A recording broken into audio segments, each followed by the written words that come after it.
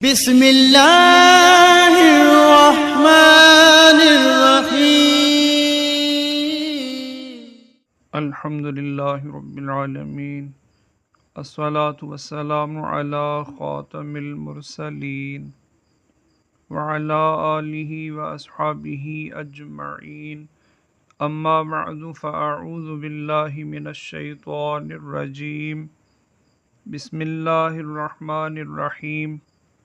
آج کی اس ویڈیو میں ہم پڑھیں گے رموز اوقاف قرآن مجید، یعنی قرآن مجید میں جو وقف کی علامات ہیں ان علامات کو پڑھیں گے۔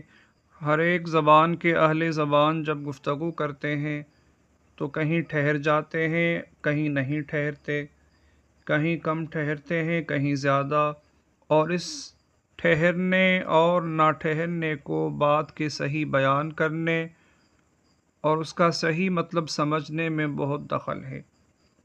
قرآن مجید کی عبارت بھی گفتگو کے انداز میں واقع ہے، اسی لیے اہل علم نے اس کے ٹھہرنے نہ ٹھہرنے کی علامتیں مقرر کر دی ہیں، جن کو رموز اوقاف قرآن مجید کہتے ہیں۔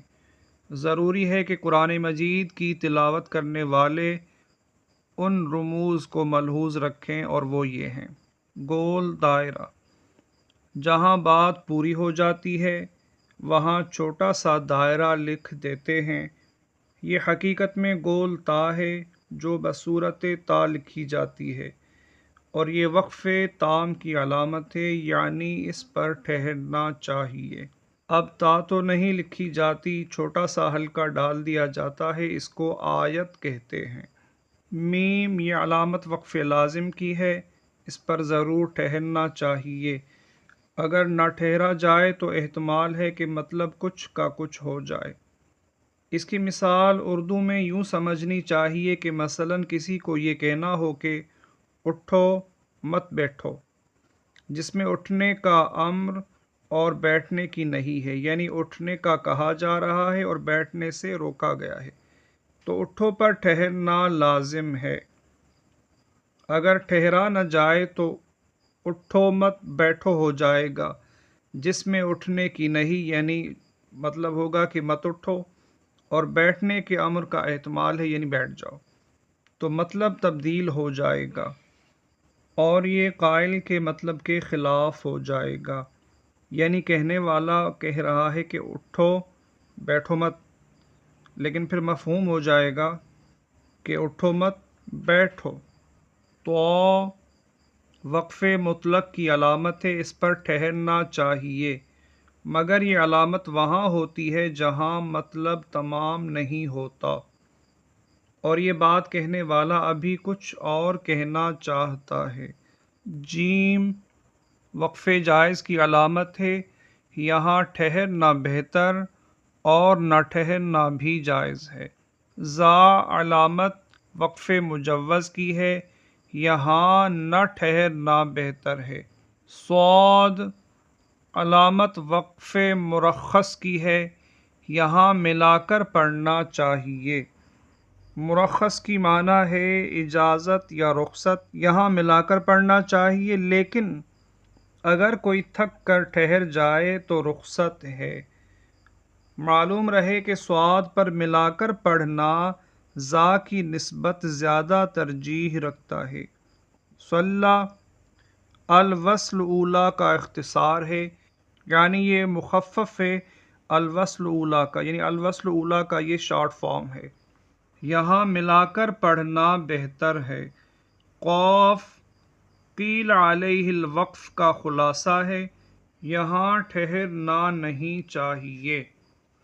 قف، یہ لفظ قف ہے جس کے معنی ہے ٹھہر جاؤ، اور یہ علامت وہاں استعمال کی جاتی ہے جہاں پڑھنے والے کے ملا کر پڑھنے کا احتمال ہو۔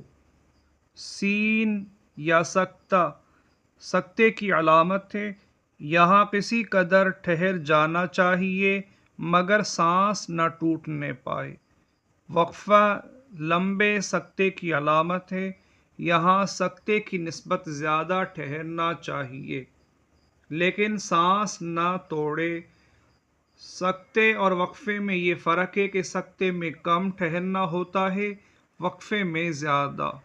لا لا کے معنی نہیں کے ہیں، یہ علامت کہیں آیت کے اوپر استعمال کی جاتی ہے اور کہیں عبارت کے اندر ہو تو ہرگز نہیں ٹھہرنا چاہیے، آیت کے اوپر ہو تو اختلاف ہے، بعض کے نزدیک ٹھہر جانا چاہیے، بعض کے نزدیک نہ ٹھہرنا چاہیے، لیکن ٹھہرا جائے یا نہ ٹھہرا جائے اس سے مطلب میں خلل واقع نہیں ہوتا۔ وقف اسی جگہ نہیں کرنا چاہیے جہاں عبارت کے اندر لکھا ہو، یعنی عبارت کے اندر ہو تو وقف نہیں کرنا چاہیے، ٹھہرنا نہیں چاہیے۔ معانقہ تین نقاط کے درمیان گھری ہوئی عبارت کو معانقہ کہتے ہیں۔ یا تو پہلے 3 نقاط کے پہلے والی آیت کو نقاط کے اندر والی آیت سے ملا کر اور اگلے نقاط سے پہلے رکتے ہیں، یا پہلے نقاط پر توقف کر کے دوسرے 3 نقاط کے اگلی آیت کو ملا کر پڑھتے ہیں، یعنی جہاں 3 نقطے ہوتے ہیں وہیں پر 3 نقطے اور ہوتے ہیں، ان میں سے کسی ایک پر وقف کیا جاتا ہے۔ بعض مقامات پر تو لکھا ہوتا ہے کہ پہلے پر وقف کریں یا دوسرے پر وقف کریں۔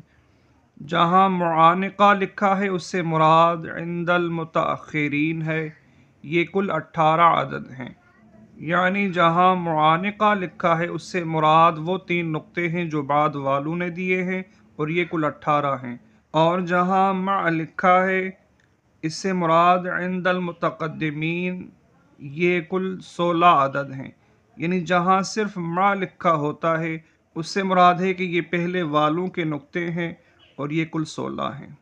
اس کے ساتھ ہی آج کا ہمارا یہ سبق مکمل ہوا۔ امید ہے کہ آپ کو بہت زیادہ فائدہ ہوا ہوگا۔ اگر آپ کو یہ باتیں اچھی لگیں، آپ کی اس سے رہنمائی ہوئی، تو یہ ویڈیو اپنے دوست احباب کے ساتھ بھی شیئر کریں۔ ہمیں دعاؤں میں یاد رکھیں۔